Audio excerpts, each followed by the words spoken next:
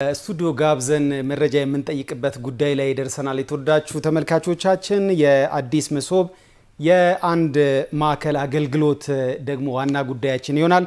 የተቋሙ ዋና ዳይሬክተር አቶ ዮናስ አለማየሁ ስቱዲዮ ደርሷል። እንኳን ደህና መጡ። እንኳን ደህና ቆያችሁ። ቀዳሚ ጉዳያችን የምናደርገው እንግዲህ ማዕከሉ እንግዲህ ጳጉሜን 5 ነው በይፋ ስራ የጀመረው። የሚሰጠው አገልግሎት ዋና ዋናዎቹ ምን ምንድናቸው የሚለውን ነገር ብንጠይቅ ምንድነው ምላሽዎት? ጥሩ እንግዲህ ያው የመሶብ አገልግሎት በአገር አቀፍ ደረጃ የመንግስት አገልግሎትን ለማሻሻል በተለይም ደግሞ በአንድ ማዕከል ውስጥ በርካታ ተቋማት ተቀናጅተው የዲጂታል አገልግሎት እንዲሰጡ ለማድረግ ታስቦ የሀገሪቱን በርካታ አመታት የአገልግሎት ክፍተት ችግር ለመቅረፍ ታስቦ ወደ ስራ የተገባ ነው። እሱን መነሻ በማድረግ እንግዲህ የአዲስ መሶብ የአንድ ማዕከል ዲጂታል የመንግስት አገልግሎት በአዲስ አበባ ደረጃ በደንብ ተቋቁሞ ወደ ስራ ገብቷል። ይሄ ተቋም በዋናነት የሀገር አቀፍ ተልእኮውን መነሻ ያደረገ በከተማችን ውስጥ የሚሰጡ አገልግሎቶችን እንዲሁም የፌደራል ተቋማትንና ሌሎች አስቻይ አገልግሎት የሚሰጡ ተቋማትን በማቀናጀት በአንድ ጣሪያ ስር ተቀናጅቶ አገልግሎት ለመስጠት እንዲያስችል ተደርጎ ነው ወደ ስራ የገባው። እንግዲህ ወደ ስራ ጳጉሜ 5 ክቡር ጠቅላይ ሚኒስትሩ በተገኙበት እንዲሁም ክብርት የከተማችን ከንቲባ በተገኙበት በይፋ አገልግሎት ጀምሯል። አገልግሎት ሲጀምር በ13 ተቋማት በከተማ ደረጃ ያሉ 13 ተቋማት እንዲሁም 2 ባንኮች እና ተጨማሪ 4 የሚሆኑ የፌደራል ተቋማትን በማካተት ነው አገልግሎት የጀመረው። በከተማ አስተዳደር ደረጃ ያሉ ተቋማት 13ቱ በድምሩ 107 የሚሆኑ አገልግሎቶችን ለመስጠት በሚያስችል ሁኔታ ለዚህ ተብሎ በአገር አቀፍ ደረጃ የለማው የመሶብ ሲስተምን በመጠቀም ወደ ስራ ገብቷል ማለት ነው። እንግዲህ ይሄንን አገልግሎት ስንጀምር ከአገልግሎቱ ባሻገር አገልግሎቱ ይዞ የሚመጣቸው ወይም ደግሞ ወደ አገልግሎት በመግባቱ ሊቀረፉ ይገባል ተብሎ ታሳቢ የተደረጉት አንዱ የተገልጋይን እንግልት መቀነስ፣ ቀልጣፋ አገልግሎት 2 እና 3 ተቋማት ጋር ለመሄድ ሰው የሚያባክነውን ጊዜ መቆጠብ፣ ከዚህ ቀደም ህብረተሰቡ ኮምፕሌን የሚያረጋቸውን ችግሮች ለመፍታት ያክል ነው። የተቋማት ቅንጅት በአንድም በሌላም መልኩ ከዚህ ቀደም ነበር፣ ግን ይሄኛው ቅንጅት ለየት የሚያደርገው በትክክል ተገልጋዩ ጋር ተደራሽ መሆን የሚችል ሰርቪስ እዛው በተቀናጀ መልኩ መስጠት መቻሉ ነው። አዲስ መሶብ አዲስ ያገላችን የአገልግሎት አድማስ ይሆናል ብለን ስላሰብን እኛም አዲስ የአገልግሎት አድማስ ብለን የራሳችንን ሞቶ ይዘን በአደረጃጀትም በአሰራር ስርዓትም በሰራተኛ ስነ ምግባርም ወጣ ያለ ጠንከር ያለ አሰራር ስርዓትን ይዘን ወደ ስራ ገብተናል ማለት ነው።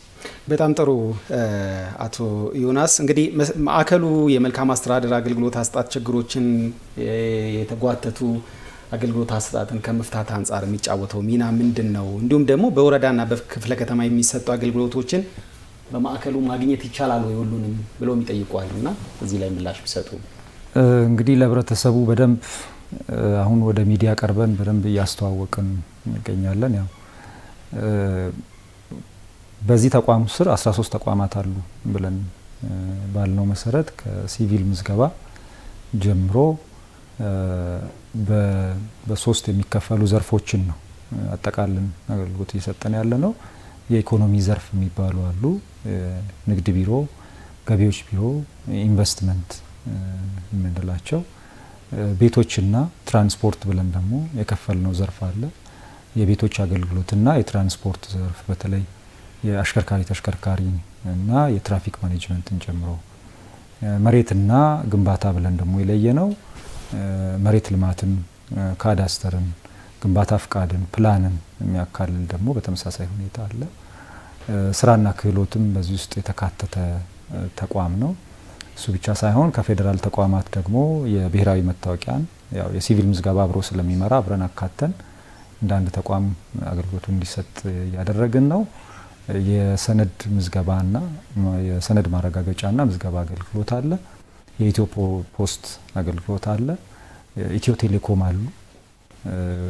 ይሄን ደግሞ ከክፍያ አኳያ ደግሞ የሚያግዙ የኢትዮጵያ ንግድ ባንክና የከተማችን ባንክ ስኬት ባንክ እንዲካተቱ አድርገናል። እነዚህን አገልግሎቶች ስንሰጥ በወረዳና በክፍለ ከተማ የሚሰጡ አገልግሎቶች እንደተጠበቁ ሆኖ አንድ ሰው ግን አንድና ከዛ በላይ ከሁለት በላይ የሚሆኑ የተሳሰሩ አገልግሎቶችን ማግኘት የሚፈልግ ሰው ከአንድ ተቋም ወደ አንድ ተቋም አካባቢን ቀይሮ ከሚንቀሳቀስ ወይም ደግሞ ከዚህኛው ቢሮ ወደ ሌላኛው ቢሮ ከሚሄድ አንድ ቦታ ማግኘት የሚያስችልበትን ፕላትፎርም የፈጠር ነው ማለት ነው። ስለዚህ ከአገልግሎት ቅልጥፍና ባሻገርም አካባቢው ራሱ ከገውጥ ደላላ የጸዳ ሰራተኞች የራሳቸው ኮድ ኦፍ ኢቲክስ ያላቸው ጠበቅ ያለ ስነ ምግባር መመሪያ እንዲከተሉ የሚገደዱበት ሆኖ ስለሆነ የተጀመረው ተገልጋዮች በነጻነት በህገወጥ መልኩ ገንዘብ ይጠየቃሉ ብሎ ሳይሰጋ በነጻነት አገልግሎት የሚያገኝበትን ሁኔታ ለመፍጠር የሚያስችል ስርዓት ነው። መልካም። የማዕከሉን ተደራሽነትና እንዲሁም ደግሞ አገልግሎት ከማስፋት አንፃር በቀጣይነት የታሰቡ ነገሮች ካሉ? እንግዲህ ትልቁ ነገር ከዚህ በኋላ ተደራሽነት ነው። የከተማችን ነዋሪ እንግዲህ አንድ ጥሩ ነገር ካገኘ ሁሉም ቦታ ያ ነገር እንዲሰፋ ፍላጎት ይኖረዋልና አሁን ዋና መስሪያ ቤትን ጳጉሜ 5 ላውንች ያደረግነው ዋና መስሪያ ቤት እንደ ዋና መስሪያ ቤት ሁሉንም ክፍለ ከተሞች ወይም የሁሉንም አካባቢ ተገልጋዮች እንዲያገለግል ተደርጎ ነው አገልግሎት የጀመረው። በቀጣይ የአራዳ ክፍለ ከተማንም ነዋሪዎች በዚሁ ማዕከል እናገለግል ይሆናል። እንደ እግዚአብሔር ፍቃድ ነገ ተነጎዲያ ደግሞ በ2-3 ቀናት ልዩነት የቦሌ አዲስ መሶብ ቅርንጫፍ በይፋ አገልግሎት ይጀምራል። በእኛ እቅድ መልካም ዜና ነው። እንግዲህ ያው ከተደራሽነት አኳያ በእኛ እቅድ በዚህ በጀት ዓመት በሁሉም ክፍለ ከተሞች አማካይ በሆኑ ቦታዎች ላይ የመሶብ አገልግሎትን እንጀምራለን። ይሄን ስናደርግ ግን እነዚህ አሁን ያሉትን ተቋማት ብቻ ይዘን አንዘልቅም። 13 ተቋማት ናቸው። ሌሎች በቴክኖሎጂ አገልግሎት ለመስጠት ብቁ የሆኑ የከተማችን ተቋማት ሲበዙ እነሱን እየጨመረን እንሄዳለን። አገልግሎቱም ከ107 ላቅ ያለ ይሆናል። ከፌደራልም ደግሞ አይተን ለመጨመር እቅድ ያወጣናቸው ተቋማት አሉ። ለአብነት እንግዲህ ሰነዶች ይረጋገጣሉ። ሰነዶች ከዚህ ከከተማችን ይወጣሉ። ወደ ውጭ የሚሄዱ ከሆነ ደግሞ የግድ ወጪ ጉዳይ ማረጋገጥ ሊጠይቅ ይችላል። ስለዚህ የውጭ ጉዳይ አገልግሎትን በመስኮት ደረጃ ሚኖረን ይሆናል። በስፋት ደግሞ የከተማችን ነዋሪ አገልግሎቱን የሚጠይቀው አንዱ ፓስፖርት ነው። የፓስፖርት አገልግሎትንም ልክ እንደ ፌደራሉ ሁሉ ያካተትን ተጨማሪ የሚባሉ ሌሎች የከተማችንን አገልግሎቶች የዩቲሊቲን ጨምሮ የኤሌክትሪክ አገልግሎትንም ጭምር አቅደናልና ከዛ አንፃር ተደራሽ እናደርጋለን ብለን እናስባለን። የአዲስ መሶብ የአንድ ማዕከል አገልግሎት ዋና ዳይሬክተር አቶ ዮናስ አለማየሁ እዚህ ስቱዲዮአችን ድረስ በመገኘት ለሰጡን ሰፊ ማብራሪያ በጣም አመሰግናለሁ። መልካም ጊዜ ይሁንልዎት።